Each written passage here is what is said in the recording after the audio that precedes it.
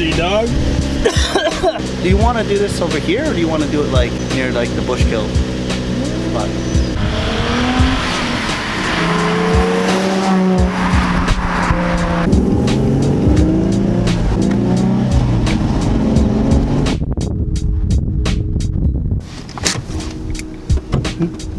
So how you guys doing? Welcome to the video. This is our 350Z built, and we picked this up in September of 2024, put it all together, bought a bunch of parts, got it all dialed in, and now it's all drift ready. When we picked up the car, it was basically bone stock. We picked up coilovers, some control arms, wheels, tires, did a dual caliper, the handbrake, have toe straps. We got the LZ wheel in there. We got the UpGarage Crystal shift knob, a GKTech hydro handbrake, whole setup, along with the Diff HQ rear lower control arms. Just been messing around with it and added a couple more goodies, such as Z1 Motorsports Baffled Oil Pan. Increases capacity, keeps things a little cooler, and keeps things nice and ready to be picked up by the oil pickup so that we don't starve the engine of oil pressure. And the air intake manifold spacer. While replacing that, also did some spark plugs, finding out that cylinders 3 and 6 have oil leaks, so we also have some new valve covers that we still need to install, as well as the rearward lower control arms in the front. I don't know, what else? Here is the Z1 spacer. A lot of people make the spacers. Wasn't too difficult to do. I definitely would recommend it. Cylinders 1 and 2 get starved of air because of the way that it's designed, and this just gives a better flow, tilts it a little bit. It's not a full 5/16 all the way through and through. It tapers down to ensure that it's as level as possible to allow proper airflow to every cylinder. One of the key things with drifting is making sure that the engine stays nice and cool. Luckily for me, Megan Racing had one on sale. Nice full aluminum setup, thicker core, more capacity. Definitely want to make sure that the engine stays nice and cool between sessions as well as during the session. These are 18 by 9. It has the GKTech V2 front angle kits and the GKTech upper control arm to be able to get the camber dialed in. The angle kit was fairly straightforward. Upper control arm is a little bit more tricky and difficult just because of the space that you have to be able to put wrenches. We also replaced the ball joints as well as the frontward lower control arm bushings because the one side was completely blown out. The one tricky part about the installation for the angle kit is the 2 bolts that hold the little plate for the steering stops. They broke on ours. With this being an East Coast car with all the salt and rust, it was bound to happen that a bolt or 2 are gonna break. So the same wheels are here in the back as it is in the front, 18 by 9s plus 22s, wrapped with 225, 45, 18s. We went with the Diff HQ dual caliper kit, also with the GKTech 10mm spacers for the axles to make sure that we're not stressing out those axles by bringing them further out. Let's see, we had the Diff HQ rear lower control arm kit, so that comes with the toe arms, the trailing arms, and the camber arms. Didn't replace the upper, that one stayed the same. That one was a lot more involved, just trying to get everything aligned, put together, rusty bolts, rusty parts and components, the rusty W brace, but in the long run, it looks freaking good.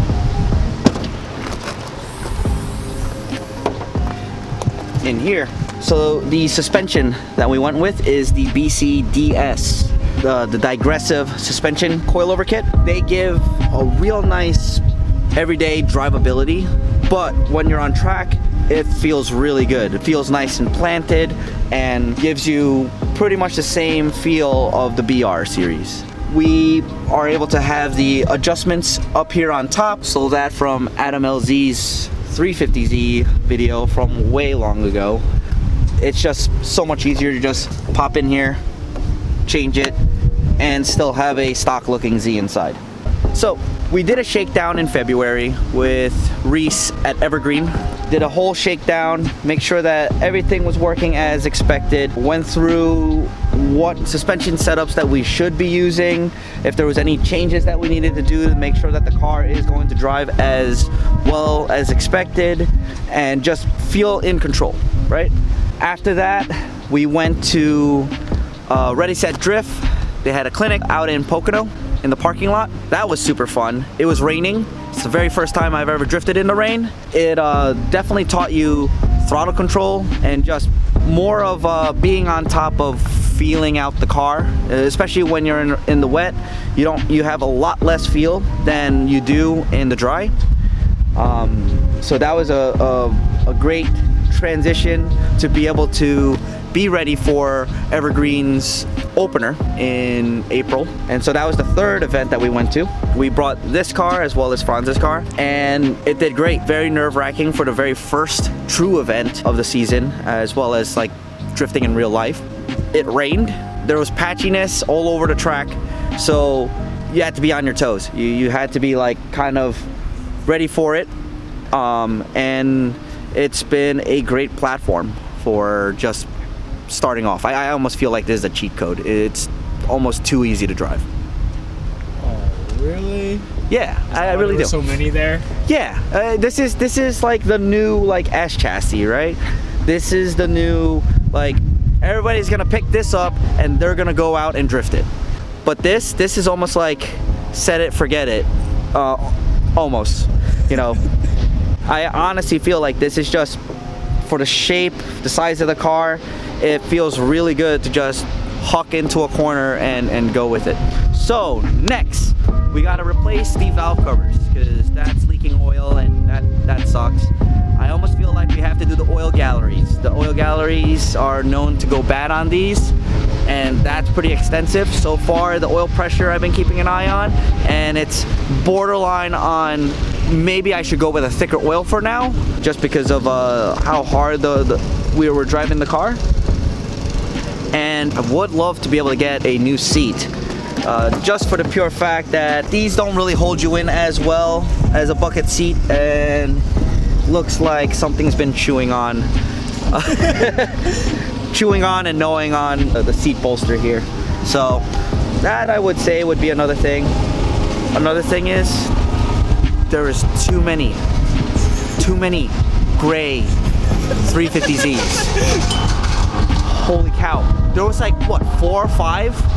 I couldn't tell. You couldn't tell when I was gonna go. It was like, it was crazy. Because the only way that I could like figure out if it was you, it was from your blue toe strap. And like, I was the only one with the blue toe strap. And like a little blue tongue. Me being like several hundred feet away, trying to go just fully zoom in and film your footage. Like I was like, oh, is that him? I think that's him. Okay. Oh no, it wasn't him. Oh no, there he is. I'm looking to design a livery for this. I love green. That's what I'm gonna be going for like the main color, but blue looks also really good, and red, and the Z's come in a lot of really good colors that you could just throw onto it and it looks really good. But there are too many of these. There are just too many of these gray ones. It's all right. There's many gray 350Zs, but this one is mine.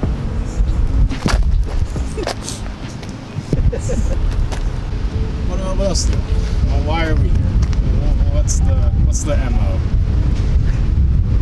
Like, you're gonna look at this footage in like 5 years, 10 years, and you're gonna see if you accomplish A, B, C, D, E, F. You know. Well, it's about driving as much as we can.